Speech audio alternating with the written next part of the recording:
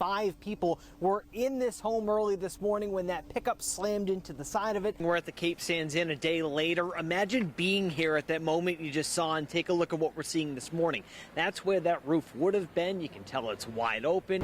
Ms. Nappy, I'm with Channel 10. I just wanted to give you a chance. Hi, no comments, sir. Thank you very much. At this point, we still need to see where state House lawmakers stand regarding this legislation. But the bill passed by the state Senate yesterday would get rid of the familiar wave license plate. If you're planning to be outside, you're going to want to drink plenty of water before you come out. Just take a look at a little portion of this. It really does give you a sense of how many servicemen and women have made that ultimate sacrifice. Now picture this, you're boarding your plane, you're getting ready for that flight. The second you sit down, you already feel sandwiched. You're throwing elbows, trying to gain control of that armrest. Well, that is what lawmakers are trying to help you out with. You can tell that the guys are pretty excited about that tournament, right? Come on in, Barrington. Yeah! So we'll be watching them. Ms. Nappy, I'm with Channel 10. I just wanted to give you a chance. Hi, no comments, sir. Thank you very much. This exchange was outside of court after a bail review hearing for 30-year-old Amanda Nappy from Milford, Massachusetts. On June 28th, Portsmouth police say she drove her SUV into the Lawton Valley Reservoir with her 3 kids in the back seat. Investigators say a witness told them Nappy said she, quote, wanted to see God before she was convinced to bring the kids to shore. My client has no comment today. Thank you very much. Nappy was charged with 3 counts of cruelty to or neglect of a child, and bail was set at $30,000. Initially, she couldn't post it, but at the time of today's hearing, she was no longer in custody. At today's hearing, the judge approved her lawyer's request to have a competency evaluation done. Nappy tried to hide her face while not answering any of our questions. We have nothing to comment on today, sir. Thank you very much. Officials say the 3 kids weren't hurt in the crash and they were turned over to the Massachusetts Department of Children and Families. What about the status of the children? Are they still with DCF in Massachusetts? No comment, sir. Thank you very much. Bail conditions for Nappy stay the same for now. That includes no contact with her kids. Jared Pelletier, NBC 10 News.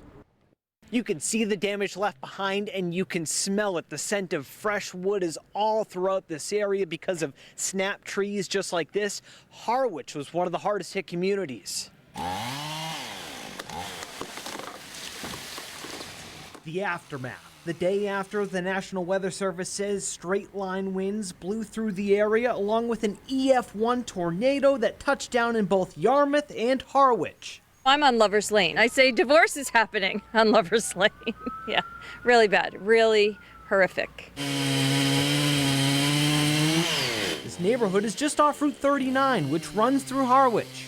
Never seen anything like this. There are roads that are blocked by these massive trees. And people are still in the dark, too. Harwich police say right after the storm, 93% of Eversource customers in town were without power. As of about 9 this morning, that number improved to about 67%. The way I keep explaining is it was like the Wizard of Oz. Like things started flying sideways. Wind speeds at times reaching about 110 miles per hour, ripping the roof right off West Yarmouth's Cape Sands Inn. Cleanup's far from over, but with no reports of anyone hurt, people here say they'll weather the aftermath of the storm together. Everyone's looking out for everybody else. And that's the amazing thing, that you see people really pull together when there's a disaster like this. An emergency shelter was open last night at Dennis Yarmouth Regional High School, but officials say only 2 people ended up needing to stay there overnight. In Harwich, Jared Pelletier, NBC 10 News.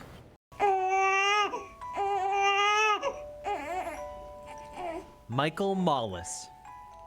What a beautiful boy. 7 weeks old. I was thrilled and just overcome with joy. Delivery went smoothly. It was kind of like a dream come true. Then? They did the newborn metabolic screening, which is a state-required genetic testing. Tests for over 35 different genetic diseases. They are extremely rare. I know that because I do the test myself. I work at Women and Infants. There was a devastating diagnosis. Combined immunodeficiency, otherwise known as SCID.